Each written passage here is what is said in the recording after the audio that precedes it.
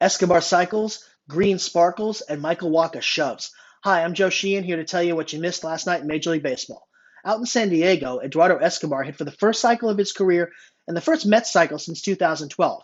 We'll tell you who the last one was later on.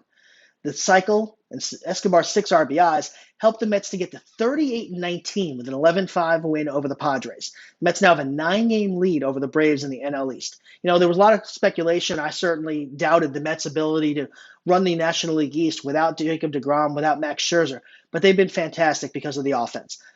Right there with the Yankees and the Dodgers for the best offense in baseball. They lead the league in OBP. Look at some of the sabermetric stats. They're in the top 1, top 2, top 3. Really just a fantastic job of getting on base, making contact, hitting a lot of singles and doubles. It's not a team that's going to hit a ton of home runs, but they really do keep the line moving. In Cincinnati, Hunter Green, 7 shutout innings over the Diamondbacks. Turns out it's a complete game shutout because the game was rain shortened. 8 strikeouts, no walks, 1 hit. Fantastic outing. That's now 3 of the last 6 outings in which Green's actually been very effective. He had that no-hit bid against the Pirates, remember, a couple of weeks back. The difference is he started to emphasize his slider. Last night he threw about 40% sliders. It's really given him a pitch to work off the great fastball. Green has that reputation of a power arm, somebody who's touched 105 coming up through the red system. Last night he was about 98, 97, 98. The slider is a very good pitch off of that. It keeps hitters from sitting on the fastball. What do they say? Any hitter in Major League Baseball can time a bullet if you let them. Green throws bullets, but last night the effectiveness was the slider. The Diamondbacks were 0 for 10 off of it. The Reds, by the way, now, since they're a 3-22 start, they're 16-13. They're basically an average to average minus team that got off to a terrible start because they had a lot of injuries. So look for them to be competitive the rest of the way.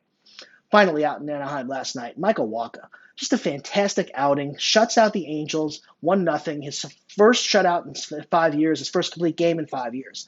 This is actually the Red Sox' 3rd complete game in the last 3 weeks. Alex Cora, struggling with the bullpen, having some trouble getting outs in the 7th, 8th, and 9th, has simply decided he's going to let his starters be his closers. It's worked out for him so far.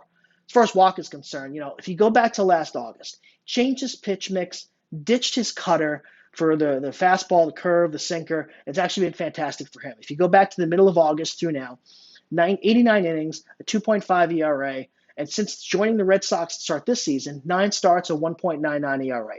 Really a great comeback story for a pitcher who came up, was so effective with the Cardinals early in his career, had a lot of injury problems after that. Oh, by the way, that Met with a cycle, Scott Hairston, who spent a couple of years with the Mets towards the end of his career as a utility man, had a cycle in April of 2012 against the Rockies in Colorado. Okay, I'm Joe Sheehan. Please check out the Joe Sheehan Baseball newsletter at joesheehan.com. Follow me on Twitter at Joe_Sheehan. We're back tomorrow with more Major League Baseball.